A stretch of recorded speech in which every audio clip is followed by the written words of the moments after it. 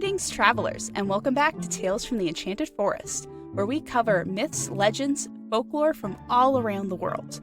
I am your host, Sparrow, and this week, Fox is off on her own epic quest, probably searching for more enchanted stories for us to explore.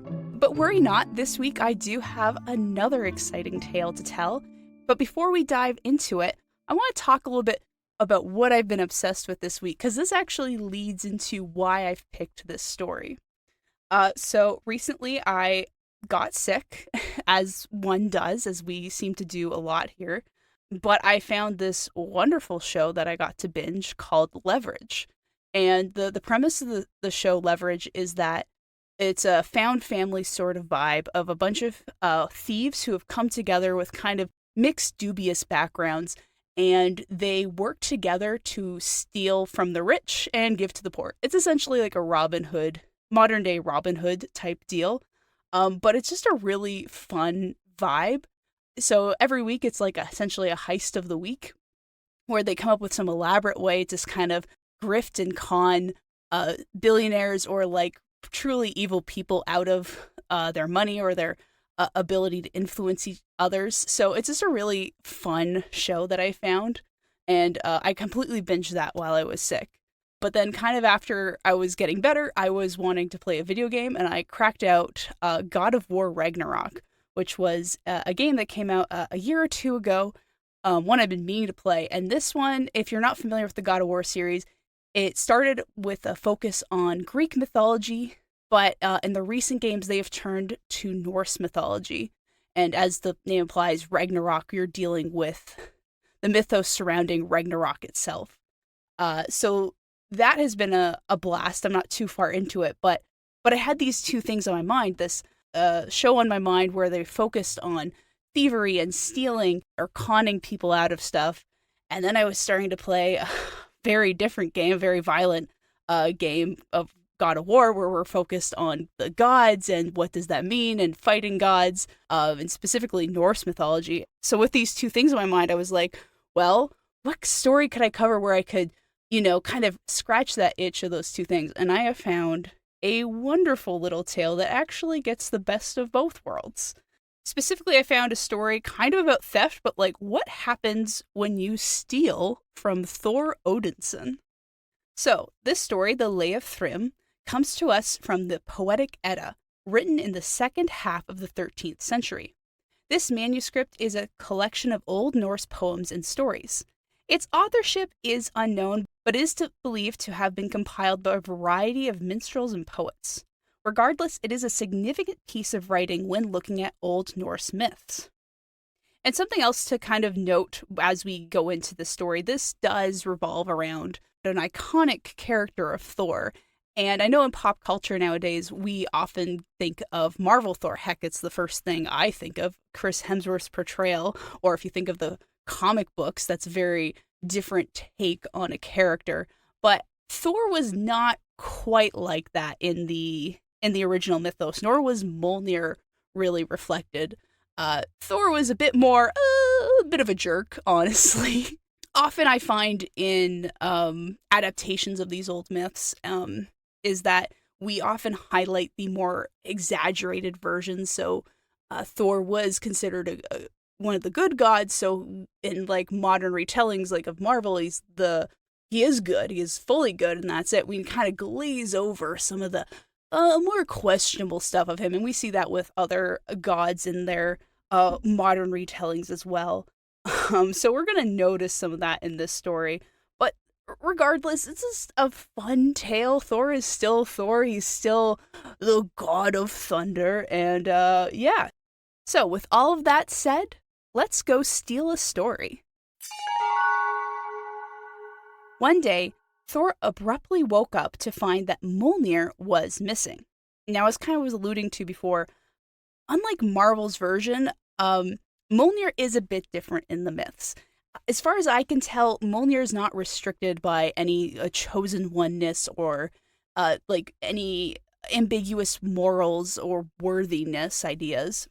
But there are some restrictions. Mjolnir is still incredibly heavy, so you just have to really be able to lift it, which very few can do, and just be able to handle its immense power again, which Thor is just one of the few people who can. So we're not really looking for any shenanigans of like, who else could be worthy? Captain America didn't steal Mjolnir in this. Sadly, that would be a very fun tangent. But still, with Mjolnir missing, that is a little alarming. Someone just stole Mjolnir enough who was strong enough and capable enough to, without Thor noticing. And in this version, Thor is still quite attached to his hammer, and so he is understandably furious when he realizes it's gone. So he shouted and whined to Loki about how his hammer was stolen, and nobody on heaven or earth could know what a loss this was for him. That's right, the almighty Thor is a drama queen. He just goes whining to Loki about it. So together they rush to see Lady Freya and ask if she would lend them her feathered coat to aid in their search for Mjolnir. She agrees, and despite Thor being the most invested in the search, it's Loki who dons the feathered coat and flies from Asgard to Jotunheim. And that is where he finds Thrym, the Lord of the Giants. They exchange greetings before Loki asks if Thrym has hidden Thor's hammer. Thrym goes down the route of not hiding the fact that he just stole it and just kind of owns it. And he brags that he has hidden it 8 leagues deep in the earth and boasts that nobody can win it from him unless they bring him Freya to be his bride. So Thrym's plan here is a bit interesting. He stole Thor's hammer so that Freya could be his bride, but as far as I can tell, Thor and Freya don't have any super close relations in the Norse myths to one another, so I'm not really sure what logic jump happened here where he thought this was the best route to go, but regardless, this is Thrym's plan, and so far he's succeeding, but only time will tell if he's going to actually get the outcome he's looking for. So Loki flies back to Asgard, where Thor was nervously pacing. Seeing Loki, he demands he tells him what happened at once before he even lands, for sitting causes one to forget and lying causes one to lie. So after this, Loki relays what he has learned to Thor and Freya. And with this, Thor just nods and accepts it and tells Freya to get herself dressed into her bridal linen before they set out for the land of the giants.